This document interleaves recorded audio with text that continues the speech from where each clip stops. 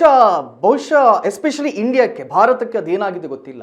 ಈ ಬೇಸಿಗೆಯಲ್ಲಿ ಬಿಸಿ ಗಾಳಿ ಇಡೀ ದೇಶದಾದ್ಯಂತ ಹಬ್ಬಿತು. ಕೆಲವು ಕಡೆಗಳಲ್ಲಿ 45ರಿಂದ 47 ಡಿಗ್ರಿವರೆಗೆ ತಾಪಮಾನ ಇತ್ತು. ಆದರೆ ಇದೀಗ ಅದರ ಬೆನ್ನಲ್ಲೇ ಮುಂಗಾರು ಮಳೆ ಕೂಡ ಕೊರತೆ ಉಂಟಾಗಿದೆ. ಕುಡಿಯುವ ನೀರಿನ ಸಮಸ್ಯೆ ಎಲ್ಲಾ ಕಡೆಗಳಲ್ಲಿ ಕಾಡ್ತಾ ಇದೆ. ಇದರ ಕುರಿತಾಗಿ ಜಲಸಂಪನ್ಮೂಲ ಸಚಿವ ರಾಮಲಿಂಗಾರೆಡ್ಡಿ ಪ್ರತಿಕ್ರಿಯೆಯನ್ನು ನೀಡಿದ್ದಾರಂತೆ. ಈ ಬಾರಿ 150 ವರ್ಷಗಳಲ್ಲಿ ಅತಿ ಕಡಿಮೆ ಮಳೆ ದಾಖಲಾಗಿದೆ.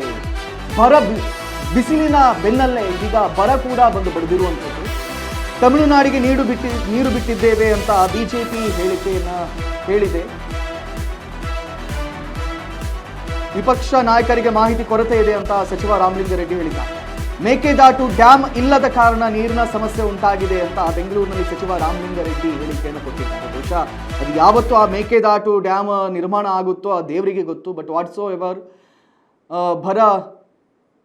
ಬರ ಬಿಸಿಲಿನ ಹಿಂದೆಯೇ ಇದೀಗ ಮುಂಗಾರು ಮಳೆ ಕೂಡ ಕೈಕೊಟ್ಟಿರುವಂಥದ್ದು ರೈತಾಪಿ ವರ್ಗಕ್ಕೆ ಮಾತ್ರವಲ್ಲ, ಆಲ್ ಓವರ್ ರಾಜ್ಯದಲ್ಲಿ ಏನು ಬರ ಬಂದಿದೆ ನೋಡಿ, ಮಳೆ ಬರ್ತಾ ಇಲ್ಲ.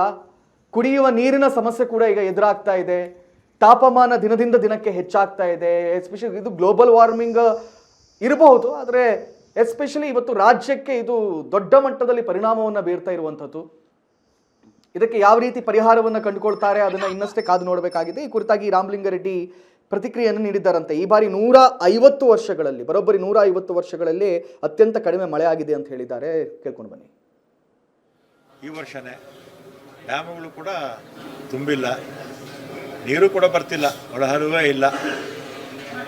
ಹಿಂದಿನ ವರ್ಷ ಇಷ್ಟೊತ್ತಿಗೆ ಬಹುತೇಕ ಎಲ್ಲ ಡ್ಯಾಮ್ಗಳು ಕೂಡ ಭರ್ತಿಯಾಗಿತ್ತು.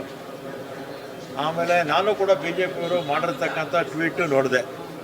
KRS ಅಲ್ಲಿ ತಮಿಳುನಾಡಿಗೆ ನೀರು ಬಿಟ್ಬಿಟ್ಟಿದ್ದಾರೆ ಅಂಥೇಳಿ BJPಯವರು ಅವರ ಪಕ್ಷದ ಪಕ್ಷದ ಒಂದು ಪೋಸ್ಟು ಎಕ್ಸಲ್ಲೋ ಯಾವುದರಲ್ಲೋ ಮಾಡಿದ್ದಾರೆ. ಆಮೇಲೆ ವಿಪಕ್ಷದ ನಾಯಕರು ಕೂಡ ಮಾತಾಡಿದ್ದಾರೆ. BJP ಪಕ್ಷಕ್ಕೆ ಮತ್ತು ವಿಪಕ್ಷದ ನಾಯಕರಿಗೆ ಮಾಹಿತಿ ಕೊರತೆಯಿಂದ ಆ ರೀತಿ ಹೇಳಿದ್ದಾರೆ. ನಮ್ಮ BWSPನವರು ನೀರಿನ ಮಟ್ಟ ನಾವು ಪಂಪ್ ಮಾಡ್ತೀವಲ್ಲ ಬ್ಯಾಂಗ್ಳೂರಿಗೆ, ಅಲ್ಲಿ ಭಾಳ ಕಡಿಮೆ ಆಗಿತ್ತು, ಬರೀ 7 ಅಡಿಗೆ ಬಂದಿತ್ತು.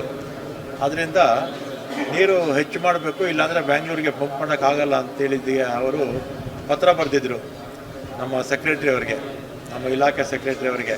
ಅದಕ್ಕೆ ಕುಡಿಯೋ ನೀರಿಗೆ ಮಾತ್ರ ನೀರು ಬಿಟ್ಟಿದ್ದಾರೆ. ಮತ್ತು ಬೆಂಗಳೂರಿಂದ ಕರ್ನಾಟಕದಿಂದ ಆಚೆ ತಮಿಳ್ನಾಡಿಗೆ ಹೋಗ್ಬೇಕಾದ್ರೆ ಬಿಳಿಗುಂಡ್ಲು ಹತ್ರ ಮೆಜರ್ಮೆಂಟ್ಸ್ ಇರುತ್ತೆ.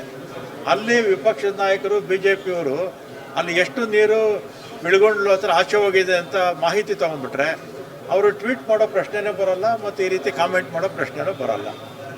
ನಾವು ಯಾವುದೋ